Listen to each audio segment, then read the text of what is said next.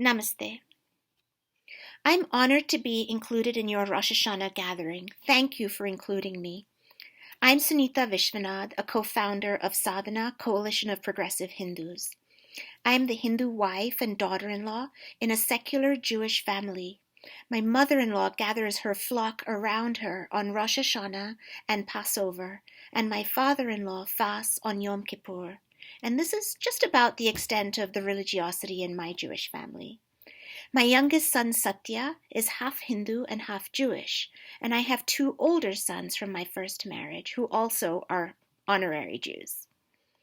I cannot separate my thoughts about the Jewish community and traditions from the loving welcome that I received from my Jewish American family 16 years ago.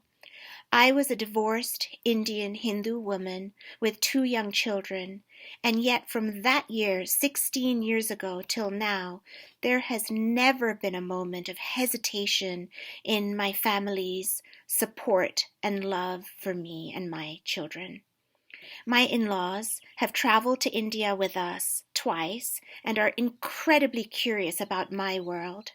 I, in turn, have taught my children that the heart of our Hindu faith and tradition is inclusive and pluralistic. In fact, the most central teaching of Hinduism is that we are one. It's not just that we are connected to each other, we are one. Vasudeva Kutumbakam, the whole world is one beloved sacred family. I would go so far as to say that for me, hope lies in those moments when we have truly connected with someone different from ourselves. Perhaps the only way to eradicate hatred for the other is to connect across difference and embrace each other and each other's traditions. And sometimes, like in my case, love each other and make mixed families together. My organization, Sadhana, reimagines Hindu scripture, rituals, and teachings to align with that central Hindu tenet, we are one. This Rosh Hashanah, I'm in New Mexico with my parents and husband and son, and very sadly, we won't be able to gather with my in-laws who are in New York. Being with all of you is all the more special to me for this reason. So, why is this New Year's different from all other New Year's?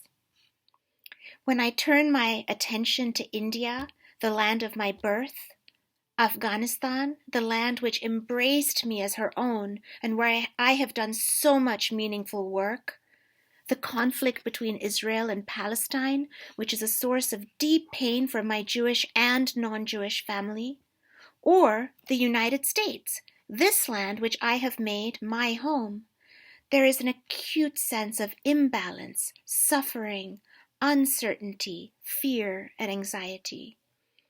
At this very moment, the poorest in Kerala, in India, are devastated by extreme flooding. And here in California and Oregon, the skies are aflame with raging fires that are making the skies a dystopian and eerie red. Not only have I not known a time like this, but my parents, relatives, colleagues, and friends who are 3 decades older than me also say they have never known a time like this. There is political instability everywhere. We have a global pandemic, and what's more, our planet is in undeniable peril due to human-caused climate change. One of the most moving moments I remember in recent months was when the Director General of the World Health Organization, Tedros Adhanom Ghebreyesus, choked back tears as he called for global unity to fight coronavirus. The true enemy, he said, is not the virus itself, but the lack of leadership and solidarity at the global and national levels. He was calling for the world's nations to unite, to come together as one, as Vasudeva Kutumbakam. He said it was the only way we could navigate this global catastrophe that has now taken almost 1 million lives. This makes so much sense to me. I come from a religious tradition that teaches that God, or whatever one considers divine, is equally and identically present in every single person and every single part of the universe. We are not just connected to each other, we are one. One of my mentors, Dr. Anantanand Rambachan, often invokes the Hindu ideal state of being, para dukkha dukhi, the state of feeling pain and pleasure of all living beings and our planet itself as our very own. So your pain and your pleasure are my pain and my pleasure.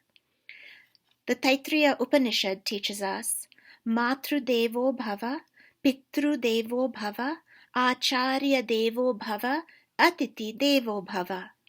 Be one for whom mother, father, teacher, and guest or stranger are God. I would like to unpack this a little bit. Atiti Devo Bhava. Be one for whom the guest or a stranger is God. Seeing guest or stranger as divine is something I feel we Hindus have in common with our Jewish brothers and sisters, because I know that welcoming the stranger is a core concept in Judaism. If we believe that we are all one with each other and the universe, there's no room for otherness, no room for hatred, and no room for desecrating the earth. Matru Devo Bhava, be one for whom mother is God. The earth is our divine mother. We call her Bhumi Devi or Prithvi Ma. We consider ourselves her children, and we know she does not discriminate among us. By destroying the earth through our incessant and excessive material greed as humans, we are violating our mother. When her daughter Sita Devi, the wife and consort of Lord Rama in the Hindu scripture, the Ramayana, has had enough of the injustice she has had to suffer, Mother Prithvi Ma just opens up and swallows her up. Prithvi Ma takes her daughter back and prevents her from suffering any more abuse, disrespect, and indignity.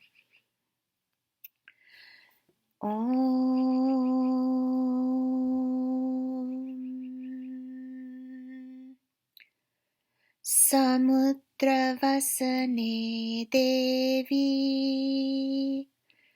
Parvata Sthanamandite Vishnupatni Namastubhyam Pada Sparsha Kshamasvame.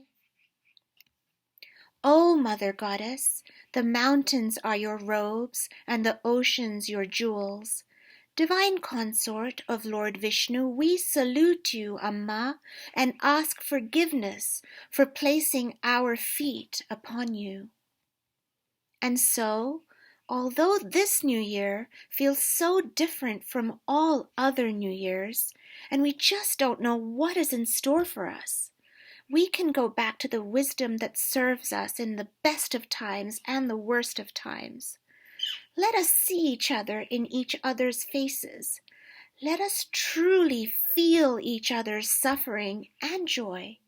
And let us remember every moment of our lives that our mother, Prithvi Ma, carries our weight and protects us from illness, suffering, and pain. This is the only way forwards together. As Buddhist nun and activist Angel Kyodo Williams reminds us, our liberation is bound up with each other. I cannot be liberated unless you are, and unless our planet is. When my community, and we are Hindus from the Indian state of Andhra Pradesh, when we celebrate our New Year in the spring, we call it Ugadi, and we prepare a recipe called Ugadi Pachadi. This condiment has 6 tastes: spicy, salty, sweet, bitter, and not one but 2 types of sour. The bitterness of the neem leaves in this concoction gives the dominant taste, And honestly, we have a hard time eating it.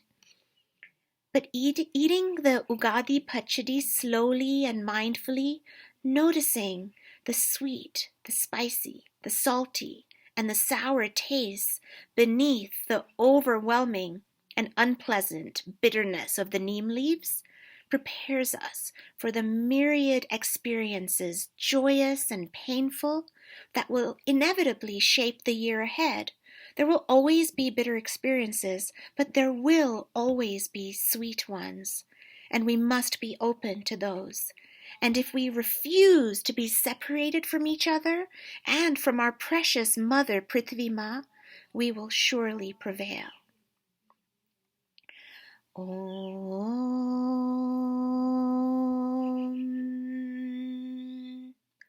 Shanti Shanti Shanti.